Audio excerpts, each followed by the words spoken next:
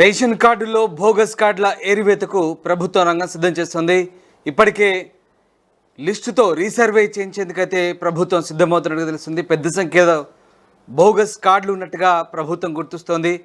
గ్రామీణ ప్రాంతాల్లో 1,00,000 ఆదాయం, పట్టణ ప్రాంతాల్లో 2 లక్షల లోపు ఆదాయం ఉన్న వారికే రేషన్ కార్డులు ఇస్తారు. ఈ నేపథ్యంలోనే బోగస్ రేషన్ కార్డులు ఏవైతే ఉన్నాయో వాటన్నిటి కూడా ఏరివేసిన సిద్ధమవుతుంది. ఆస్తుల వివరాలను రెవెన్యూ శాఖ సేకరిస్తోంది. 9 నుంచి 12% మేర అక్రమ రేషన్ కార్డు ఉన్నట్టు ఇప్పటికే కుటుంబ సర్వేలో గుర్తు చేశారు. సో బోగస్ రేషన్ కార్డులను స్వచ్ఛందంగా సరెండర్ చేయాలని అధికారులు కోరుతున్నారు. కార్డు లబ్ధిదారుల లిస్టుతో ప్రస్తుతానికి రీసర్వేకి అయితే రెడీ అవుతున్నారు. ప్రభుత్వ పథకాలకు రేషన్ కార్డు ప్రామాణికం చేయడంతో పేదలు ధనికులు అనే తేడా లేకుండా కార్డులను పొందారు.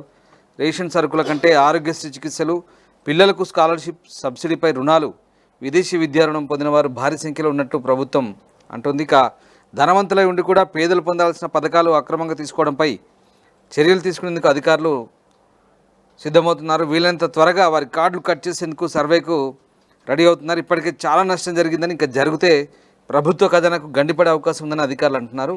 సో అందుకోసం ప్రభుత్వ నిబంధనలు కూడా విరుద్ధంగా ఉన్నటువంటి కార్డులను వీళ్ళంత తొందరగా సరెండర్ చేస్తే ఎలాంటి సమస్యలు ఉండవని అధికారులు గుర్తిస్తే మాత్రం రేషన్ కార్డు ద్వారా ఎంత సొమ్మును తమ ఖాతాలో వేసుకున్నారో వాటిని అవసరమైతే వసూలు చేసేందుకు కూడా చర్యలకు తీసుకుంటామని కూడా హెచ్చరిస్తున్నారు.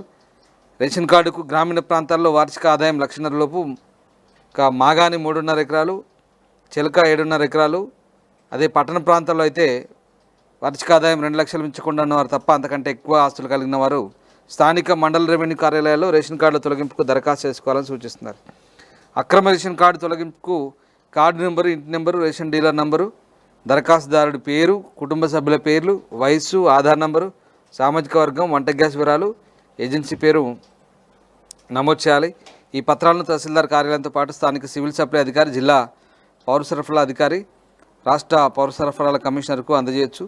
మున్సిపాలిటీలో జోనల్ సివిల్ సప్లై అధికారి, జిల్లా డిఎస్ఓ, మున్సిపల్ జోన్ల కమిషనర్కు దరఖాస్తులు ఇవ్వచ్చని రాష్ట్ర పౌర సరఫరాల ఉన్నతాధికారి చెప్తున్నారు. దరఖాస్తు అందిన 15 రోజుల్లో వివరాలు పరిశీలన చేసి జాబితా నుంచి కార్డు నెంబర్ తొలగిస్తారు. స్వచ్ఛందంగా ముందుకొచ్చిన కార్డులను సరెండర్ చేస్తే ప్రజాధనం కాపాడిన వారు అవుతారని అధికారులు పేర్కొంటున్నారు. జనవరిలో రాష్ట్ర ప్రభుత్వం ఇంటింటి కుటుంబ సర్వే నిర్వహిస్తే అందులో ఆ వివరాల ప్రకారం ప్రస్తుతం 12% వరకు అక్రమ కార్డులు ఉన్నట్టు గుర్తించారు. సో ఆధార్ కార్డు పరిగణలోకి తీసుకుంటే ఇంకా చాలా కార్డులు బయటపడతాయని అంటున్నారు. ఇంకా ప్రభుత్వ లెక్కల ప్రకారం దాదాపు 91,19,268 రేషన్ కార్డులు ఉంటే అందులో 85,47,000 పైగా ఆహార భద్రత కార్డులు ఉన్నాయి. 5,66,000 పైగా అంత్యోదయ అన్న యోజన కార్డులు, 5,390 అన్నపూర్ణ కార్డులు ఉన్నాయి. వీటికి 17,250 రేషన్ కార్డుల ద్వారా, రేషన్ దుకాణాల ద్వారా బియ్యం పంపిణీ జరుగుతుంది. సో ఆ రకంగా అత్యధికంగా హైదరాబాదు జిల్లాలో 6,39,000 పైగా ఉంటే తక్కువగా ములుగు జిల్లాలో 91,000 పైన కార్డులు మాత్రమే ఉన్నాయి. సో రేవంత్ ప్రభుత్వం కొలుదీరిన తర్వాత ప్రజాపాలన, ప్రజావాణి, గ్రామ సభలు, మీ సేవల ద్వారా కొత్త రేషన్ కార్డులకు దరఖాస్తులు కోరింది. 13 లక్షల మంది దరఖాస్తు చేసుకున్నారు. వాటిని ప్రత్యేక యాప్లో నమోదు చేసి ఇంటింటి సర్వే చేస్తున్నారు. ఈ ప్రక్రియ నెలాఖరులోగా సాగవచ్చని, ఇంకా మొత్తం వాటన్నిటి కూడా పౌర సరఫరాల శాఖకు వివరాలు పంపి ఆన్లైన్లో జాబితాను పంపుతారు. వారు పరిశీలన చేసిన తర్వాత కొత్త కార్డులు మంజూరు అవుతాయని, జూన్ తర్వాత మరొక 30 లక్షల మంది లబ్ధిదారులు పెరిగే అవకాశం ఉందని ప్రభుత్వం అంచనా వేస్తుంది.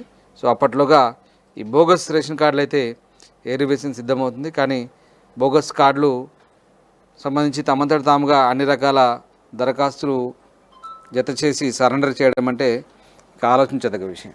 ప్రపంచంలో ఏ మూల ఏ క్షణం ఏం జరుగుతుందో వేగంగా తెలుసుకోవడానికి తొలి వెలుగు వాట్సాప్ ఛానల్ని ఫాలో చేయండి.